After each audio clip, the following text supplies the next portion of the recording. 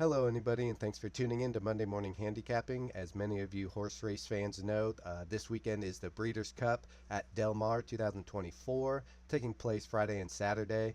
For those of you that watched my most recent video, you'll know that I broke down all the Breeders' Cup races, broke them down by the surface and the distance they run at, either sprint or routes, or on dirt or on the turf, and try to get a glimpse of the race projections, how the eventual winners of those races have run over the last 7 years since Del Mar first held a Breeders' Cup at their track, and just got a sense of what we might see in the future. And in this video, I'm going to do something very similar where I break down the pace scenario, see who won, where they won from, meaning how far back off of the leaders were they throughout the race. But I'm going to do it specifically for the main event, the Breeders' Cup Classic, which is a race going 1.25 miles on the dirt. And if you follow my cursor, they're going to start here. It's 1.25 miles. So they'll run this stretch. Here's your first quarter mile. They're going to go around. Here's half mile. Here's 3/4 into the race. 1 mile into the race. And then they're going to finish back here at the finish line. So a long stretch and do a couple of turns and then come home. And whoever wins is going to win their share of the $7 million purse. This race is race 8. On Saturday, again, the Breeders' Cup Classic. It's a grade 1 for 3-year-olds and upward per $7 million. A field of 14 with one also eligible. So if a horse scratches out of the race and can't make it, that 15th horse will fill the slot. So looks like a field of 14. And again, like I said, it's going to be similar to my last video, but I'm just going to focus on this one race specifically, how it was run in the past, maybe get a little piece of information that I can use when breaking down the handicapping puzzle this week and going into Saturday. So without further ado, let's go ahead and dive right in. Goals for analysis. Analyze the paces of recent Breeders' Cup Classics going back 7 years, again to the first time Del Mar hosted the Breeders' Cup. Analyze how much the Breeders' Cup Classic tends to slow down throughout the race. Get an idea of where winners were during the race, so lengths back and perhaps what path they were in. So the one path would be closest to the rail, two path would be a horse width away from the rail, and so on and so forth. Compare and contrast previous Breeders' Cup Classics to the previous Classics at Del Mar specifically. Just see if there's any nuance at this particular track. And something I wanted to note was that both Classics run at Del Mar were won wire to wire. So as we go forward, thinking about comparing and contrasting the Classic at Del Mar to other tracks, just know ahead of time that both of the Classics run at Del Mar were won by horses wire to wire, meaning once the race started, they got out in first place and never looked back. No one ended up passing them. So just thought I would point that out before we go in. And now I'm going to break down some of my analysis, what I was looking for, and how I calculated it all. So like my last video, on the left side, we'll have the year that the Breeders' Cup Classic was run with its corresponding track in, I believe that's ascending order. So the 2017 at Del Mar, 2018 at Churchill Downs, 2019 Santa Anita, so on and so forth. So as we go across, each row will indicate the times for that track. Column B, we have the time for the first quarter mile at each corresponding track. Again, down at the bottom, we'll have Breeders' Cup average, so the average of all of these, and the Del Mar average just at this track in particular, and we'll calculate the difference of the averages down below. I've highlighted Del Mar in green just so we can keep track of the track that the Breeders' Cup is going to be run at this year, easier to differentiate between the other tracks. So again, column B is the time of the first quarter mile was run at all these tracks. CLB, this refers to lengths back. How far was the eventual winner back from the leader at the quarter mile pole? So Del Mar right here, as we mentioned, they were wire to wire winners, so 0 lengths back. Churchill Downs 2018, the eventual winner was 3.5 lengths back at the quarter mile pole that ran at this time. Column D is the split, so that's the time, the quarter mile time between this first quarter mile here into the next quarter mile, which equaled the half mile. So how fast was this quarter mile in between run? 23.81 at Del Mar in 2017, 23.78 at Churchill Downs. And if we go over here, column E, the rate, this is how much faster or slower that quarter mile was. So horses tend obviously to get more tired throughout the race, so you can expect those quarter mile times to drop by some amount. This would be 1.31 seconds, 1.1 seconds, 0.98 seconds at Santa Anita, and so on. So how much slower was this quarter mile than the previous one? Column F, the half mile time. So how fast did they run 2 quarter miles? Again, lengths back of the eventual winner, the split being from this half mile to the 3/4, how much slower that quarter mile was than the one before it. And it goes on to the mile and to the quarter mile, which is the eventual finish. Over here, the slow rate. This is where I averaged out all those rates, how much they were slowing down throughout the race. So for this quarter mile, they slowed down 1.31 seconds to this quarter mile, slowed down 0.38. So they actually slowed down less, but had run slower to this half mile. Going to the 3/4 mile, how much did they slow down from 3/4 to 1 mile? 0.34. And then 1 mile to a mile and a quarter, 1.73. So I averaged out all those, the rate that they were slowing down. So on average, at this first Del Mar Breeders' Cup Classic, for each quarter mile, on average, they slow down about 0.94 seconds. So each quarter mile was almost 1 second slower on average. Wire-to-wire winners over here. There was obviously one race. The name of the winner, Gunrunner. His post position was post 5, and these are the comments for that horse on that race day. So Gunrunner off the rail, dueled with another horse, clear, just ran away from him. Down here, new track record. I thought that was kind of cool. Authentic. What was that? Keeneland 2020 set a new track record at Keeneland for 1.25 miles. But again, the green ones are the Del Mar. As you can see, 2 wire-to-wire wins. Also, you're going to have to calculate for minutes. I couldn't get my Excel spreadsheet to work properly, so 70 seconds, 1:10 and a half, 1 minute 35.03. Couldn't quite figure out the formula. I'll try to figure it out later, but for now, you'll just have to do a little bit of mental math. And again, down at the bottom, I averaged it out. Also noted the differences between the all Breeders' Cups and just Del Mar. Again, I'll attach a link to this file in the description below, but this is essentially what I'm working with, and now I'm going to share with you what I've concluded from looking at the data and what I thought was relevant for anyone that's going to be handicapping the Breeders' Cup Classic. So we start with the opening 1/4 mile. If you remember the little diagram, it was the stretch run.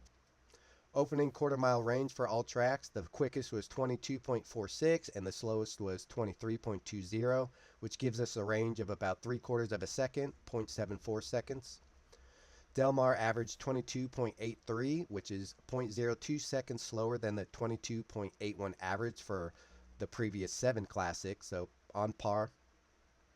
Del Mar average 1/4 mile time would rank 4th of 6 against the other tracks. Average lengths back after the 1/4 mile was 1.29 lengths for all the classics. That includes the wire-to-wire winners. Wire-to-wire both times at Del Mar. So it seems like the Del Mar track is pretty much on par with the other tracks that have hosted it. The average lengths back to the winner early were under a length and a half back from the leader, so seemingly a front-running favoring type of race, especially on the dirt at Del Mar. Opening half mile going into that first turn.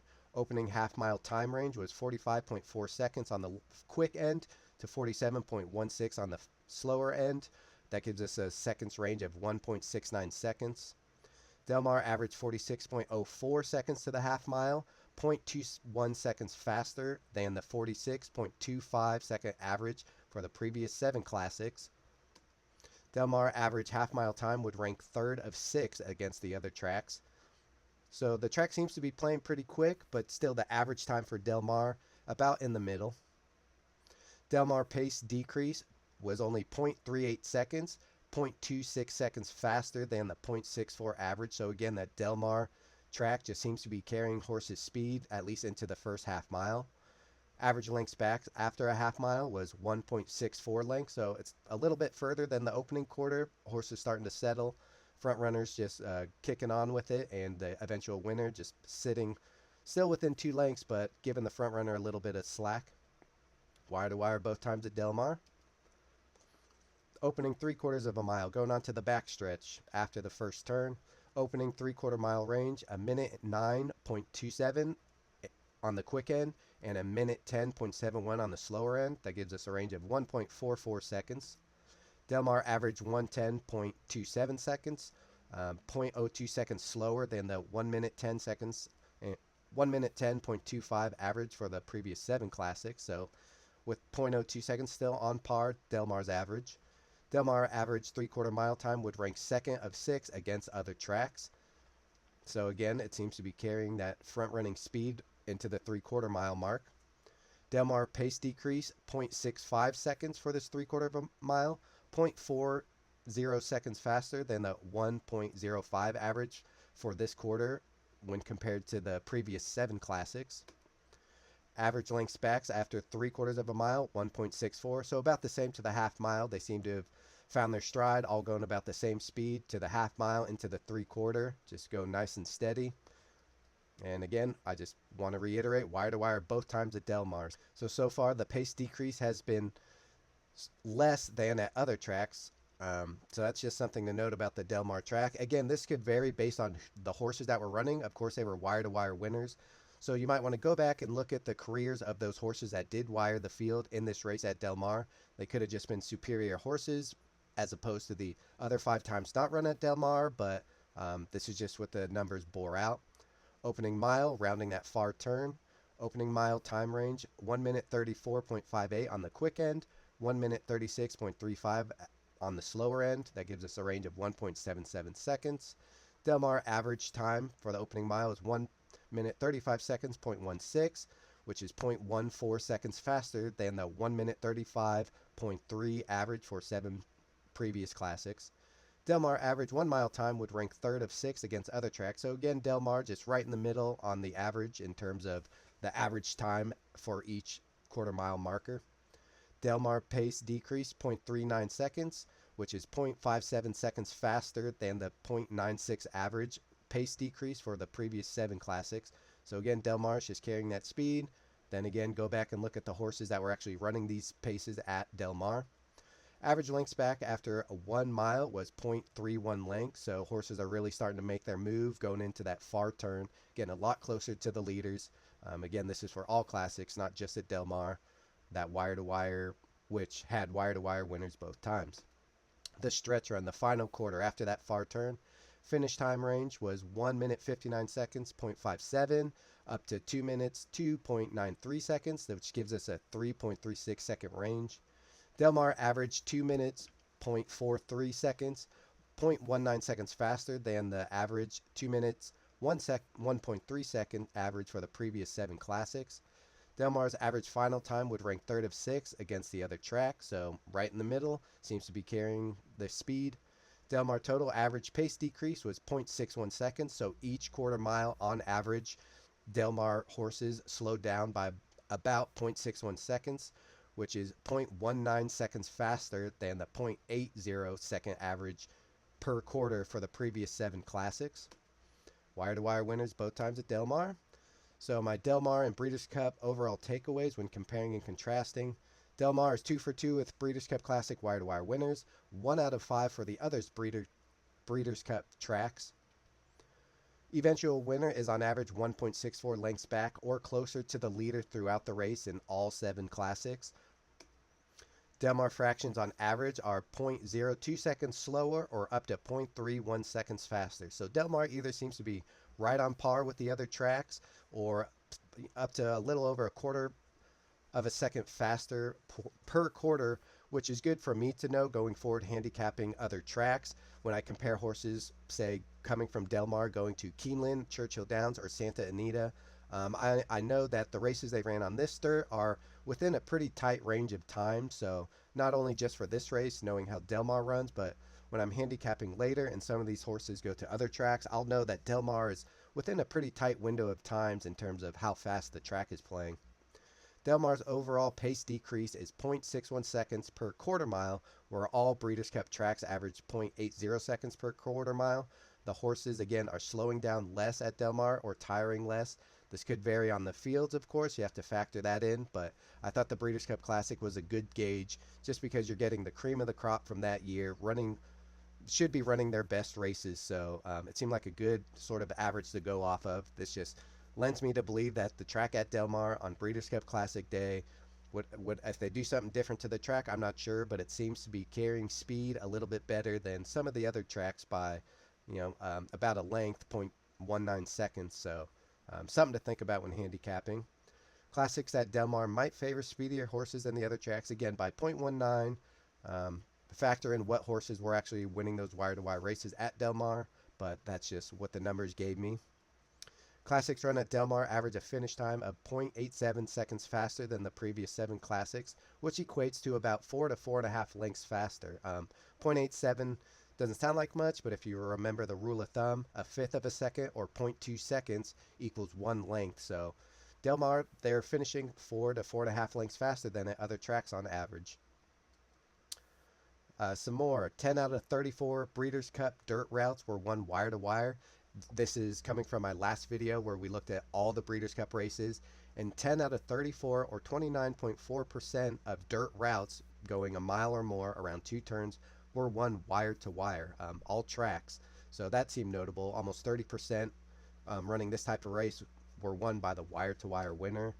4 of 9 Breeders' Cup dirt routes at Del Mar were won wire to wire. That's 44.5%. Something to note, just front runners obviously have an edge because they're in front. They're daring other horses to pass them, but I thought those percentages were very noteworthy, and I wanted to share them with anyone handicapping such a complex puzzle coming up Saturday. So that's all something to think about when you're handicapping the Breeders' Cup. Got a lot of good horses. It seems to favor speed. Got some good front runners in the race. Some of the horses that came from off the pace averaged about, what was it, 1.6 lengths off the leaders early. The furthest back horse that I saw was 3.5 lengths early, but then in that far turn just made his bid and got real close and ended up winning. So again, just food for thought when you go to handicap the puzzle. I hope it helps someone out, and again, hopefully you can take some of the notes that I've come across in these videos to handicap other races, other scenarios that shape up kind of like the Breeders' Cup Classic, and know that when horses come from Del Mar to some of these other Breeders' Cup tracks, that the timing is not too far off, especially when it's considered fast track. When the rain comes in, that's another thing, but I just hope this gets everyone off on the right path and gives you some food for thought when handicapping. So once again, thanks to everybody for watching. Good luck this weekend. Let me know what you think, and I'll try to do a top pick if I have a good one. If not, feel free to let me know who you like in the comments. I'll attach a link to the file down below if you want to take a look. But again, thanks for watching. Good luck, everybody, and see you all next time.